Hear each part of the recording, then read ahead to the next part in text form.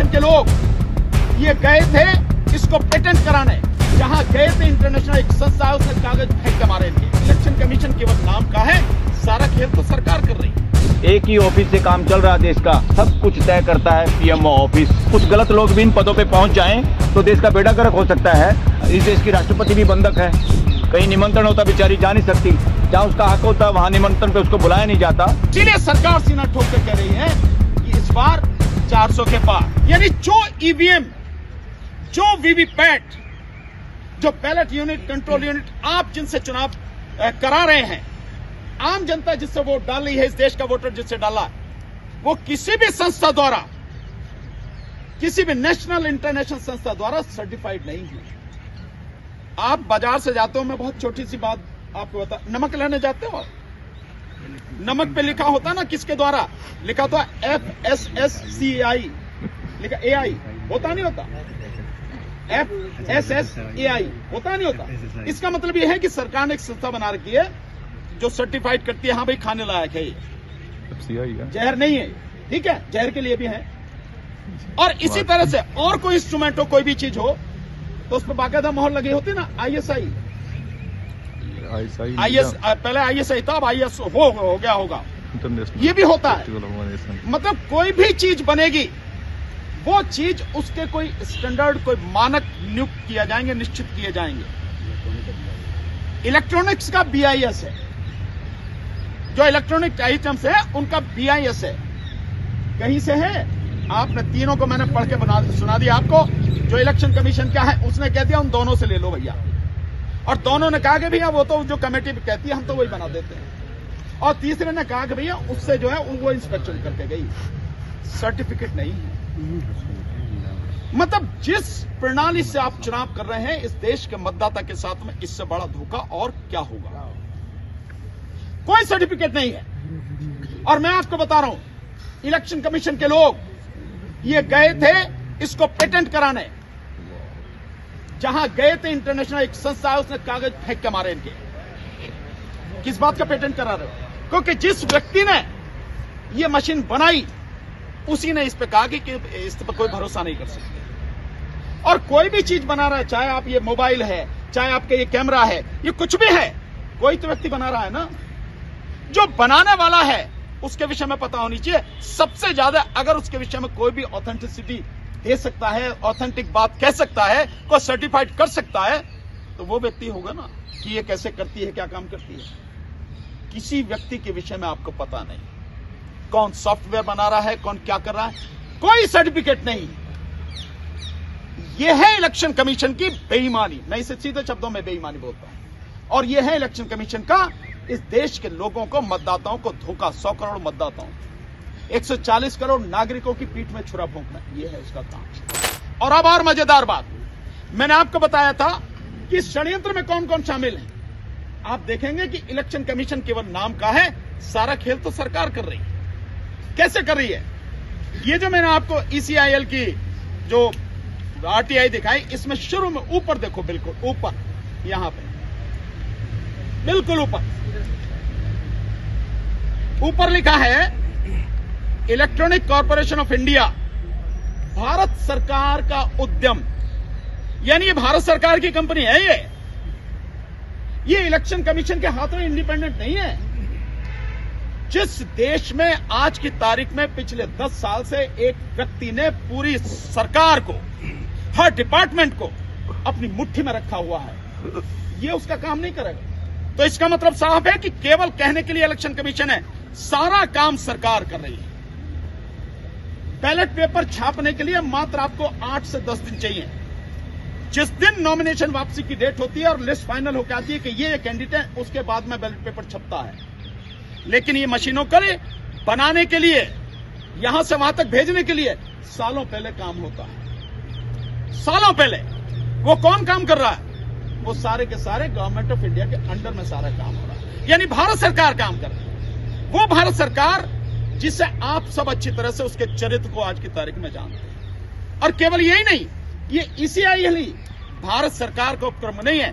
जो BEL ये काम करती है, किसके अंडर में काम करती है? इंफॉर्मेशन एंड टेक्नोलॉजी जो मिनिस्ट्री है, उसके अंडर में ये काम करती है ACIL। और अब दूसरी जो BEL है, भारत इलेक्ट्रॉनिक्स लिमिटेड, वो मिनिस्ट्री ऑफ डिफेंस के अंडर में काम करती है। यानी डिपार्टमेंट किसका है? सरकार का, इंफॉर्मेशन टेक्नोलॉजी। और दूसरा डिपार्टमेंट किसका है? वो डिपार्टमेंट है मिनिस्ट्री ऑफ डिफेंस का, राजनाथ सिंह जिसके मंत्री हैं। यानी सरकार के अंडर में EVM, सरकार के अंडर में VVPAT, सरकार के अंडर में सब कुछ। और नाम कहा जा रहा है इलेक्शन कमीशन, जिस इलेक्शन कमीशन की जिम्मेदारी है आर्टिकल 324 के तहत कि वो free, fair and transparent election कराया। ये उसकी सबसे बड़ी जिम्मेदारी, यही उसका काम है, इसके अलावा उसका कोई काम नहीं है। लेकिन वो सारा का सारा कौन कर रहा है? सारा खेल वो सरकार। तो सरकार और इलेक्शन कमीशन, कहीं भेदभाव नजर आता है आपको इसमें? कहीं दोनों अलग अलग नजर आते हैं क्या? नहीं आते ना, दोनों बिल्कुल मिले हुए हैं। इसलिए सरकार और इलेक्शन कमीशन किसी सूरत में नहीं चाहते कि यह चुनाव बैलेट पेपर से हो, EVM से ना हो। इसीलिए इलेक्शन कमीशन बार बार कह रहा है, और इसीलिए सरकार सीना ठोक के कह रही है कि इस बार 400 के पार। मोदी जी ने तो कहा कि इस बार सारी सीटें जीत के लाएंगे, 543 की 43। यह है असली कहानी, यह है पूरा का पूरा षड्यंत्र। तो सब कुछ जो हो रहा है ये सब इसमें शामिल हैं। कहने के लिए रह गया है इलेक्शन कमीशन इंडिपेंडेंट नहीं है। इलेक्शन कमीशन इंडिपेंडेंट काम नहीं करता। इलेक्शन कमीशन सरकार के साथ मिलकर काम करता, सरकार के लिए काम करता है। एक ही ऑफिस से काम चल रहा है देश का। डेमोक्रेसी देश में बची नहीं है। एक ही ऑफिस है देश में, सब लोग, देश की जनता कहती है सब कुछ तय करता है PMO ऑफिस। तो इसलिए डेमोक्रेसी के नाम पे शासन चल रहा है और संविधान शासन की इजाज़त नहीं देता। जो भी संविधान को इग्नोर करके शासन चलाने की कोशिश में है वो असली देशद्रोही लोग हैं।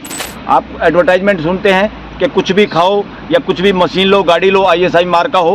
अब देश में BIS है, आप गाड़ी भी लेते हैं, BIS स्टैंडर्ड है, भारत उसका कर दिया, इंडिया की बजाय भारत कर दिया BIS स्टैंडर्ड। मगर ये वोटिंग जो मशीन है इन पे कोई स्टैंडर्ड लागू नहीं, कोई कहीं से लाइसेंस नहीं इस तरह का लिया। ये देश के लिए सबसे जीने और मरने की लाइन है इलेक्शन। देश के लिए, देश के लोगों का सबसे बड़ा अधिकार कोई है, सबसे बड़ी प्रॉपर्टी कोई है तो वोटिंग है, क्योंकि इससे लोग अपनी इस पूरे देश की व्यवस्था में भागीदारी करते हैं। ये व्यवस्था संभालने का काम अकेले प्राइम मिनिस्टर का नहीं है, वो तो एक नौकरी है, अकेले राष्ट्रपति का नहीं है। इनके भरोसे बैठ के देश आंख मूंद के सो नहीं सकता। ये लोग, अगर कुछ गलत लोग भी इन पदों पे पहुंच जाएं तो देश का बेड़ा गर्क हो सकता है। और आजकल जो भी कुछ चल रहा है देश में, सब लोग कहते हैं, इवन प्राइम मिनिस्टर, इस देश की राष्ट्रपति भी बंधक है। कहीं निमंत्रण होता बेचारी जा नहीं सकती, जहाँ उसका हक होता वहाँ निमंत्रण पे उसको बुलाया नहीं जाता। इस देश में दोबारा होगा पार्लियामेंट का भी उद्घाटन। इतना सारा पैसा, इतने सारे चंद पूंजीपतियों को सब कुछ दे दिया, और उसमें से जो कमीशन है, बार बार लोग बोल रहे हैं बड़े पॉलिटिशियन नेता कि वो सारा का सारा, एक तो सत्यपाल मलिक जो गवर्नर थे उन्होंने तो बता ही दिया कि अडानी के पास जितना पैसा वो सारा का सारा प्राइम मिनिस्टर का पैसा है। अब ओपनली कह दिया ये बातें, और देश के शीर्ष स्थान पे बैठे हुए लोगों को और आम लोगों को सबको पता है। अब मैं तो देश की जनता को ये रिक्वेस्ट भी करना चाहता हूँ, अपने देश के लोगों को, वोटर को भी और युवाओं को भी, जिन जिन के पास काला धन है उन सब से जब इलेक्शन में आए तो पूरा बटोरो।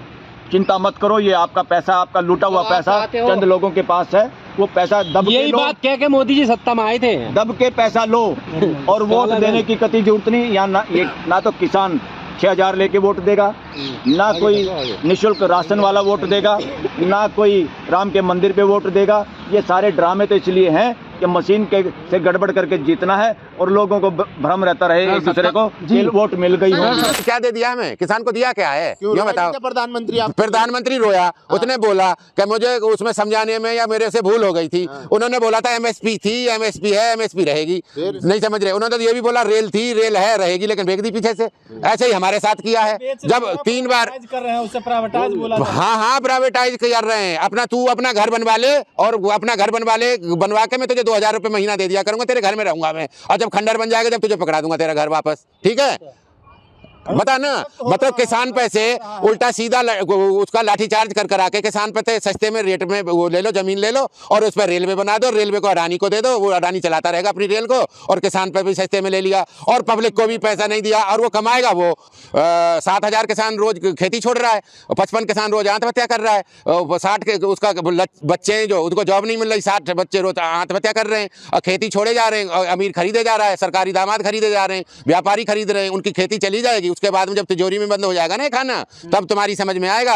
पिछले साल ही 41 रुपए आटा पहुंच चुका है, जो कभी 30 रुपए से ज्यादा नहीं गया। क्यों? क्योंकि उसके सीएलओ अडानी और अंबानी के सीएलओ काम करना शुरू कर दिया है, सारा कलेक्शन करके सारा स्टोरेज में कर लेता है। एक ही साल में 20 रुपए बढ़ा दिया है। जब तुम्हारी बुद्धि जब समझ में आएगी इस पब्लिक के, यह हर वक्त ना हिंदू और मुसलमान नहीं रहेगा, उसको भूख भी लगेगी, मंदिर कभी मस्जिद कभी हर वक्त पेट में खाना नहीं देगी। 6,000 रुपए में टायर नहीं आते बुग्गी के, हर साल फट जाता है टायर, तो क्या सम्मान आया उसका? सम्मान निधि में यार कह रुपए 17.5 रुपए रोज आ रहे हैं, 500 रुपए महीना आया, पर डे का लगाओगे 17.5 रुपए, 17.5 रुपए में बीड़ी माचिस नहीं आती यार किसान की। सम्मान है ये सम्मान कर रहे हो उसका और मुंह काला कर रहे हो, अपमान नहीं है ये? बताओ किसान का। मोदी जी अपमान कर लेंगे यार, देश की जीडीपी में 5%, 6% जीडीपी चल रही है, उसमें से 5% किसान चला रहा है, उसका तुम सलूट करोगे उस आदमी को? तुम्हारी इंडस्ट्री फैक्ट्री इतना लोन इतना पूरा इंफ्रास्ट्रक्चर लगा रखा है, वो 1% का भागीदार है और वो अकेला ही 5% दे रहा है। कुछ भी हो जाए मगर किसानों का जो है अपमान बर्दाश्त नहीं करेंगे मोदी जी। मोदी जी को कुछ पता ही नहीं, मोदी जी के घर में किसान ही है, मोदी जी के वो खेती है, कोई खेती बाड़ी है, इन्होंने कभी कुछ किया है?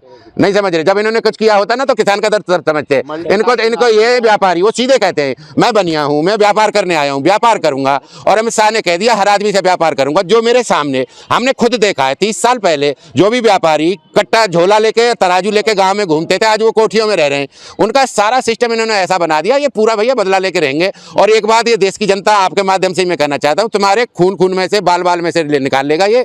और ये मोदी जी है, जब आए थे तब 55 लाख करोड़ खर्चा था 70 साल में, अब 7 साल में 205 लाख करोड़ कर दिया है। अब कर्जा तो कर्जा, दूसरी बात टैक्स तुम पे 3 गुने कर दिए, 3 गुना टैक्स आ रहा है। जब अंग्रेज थे वो 27 टैक्स लेते थे, ये 67 टैक्स ले रहे हैं।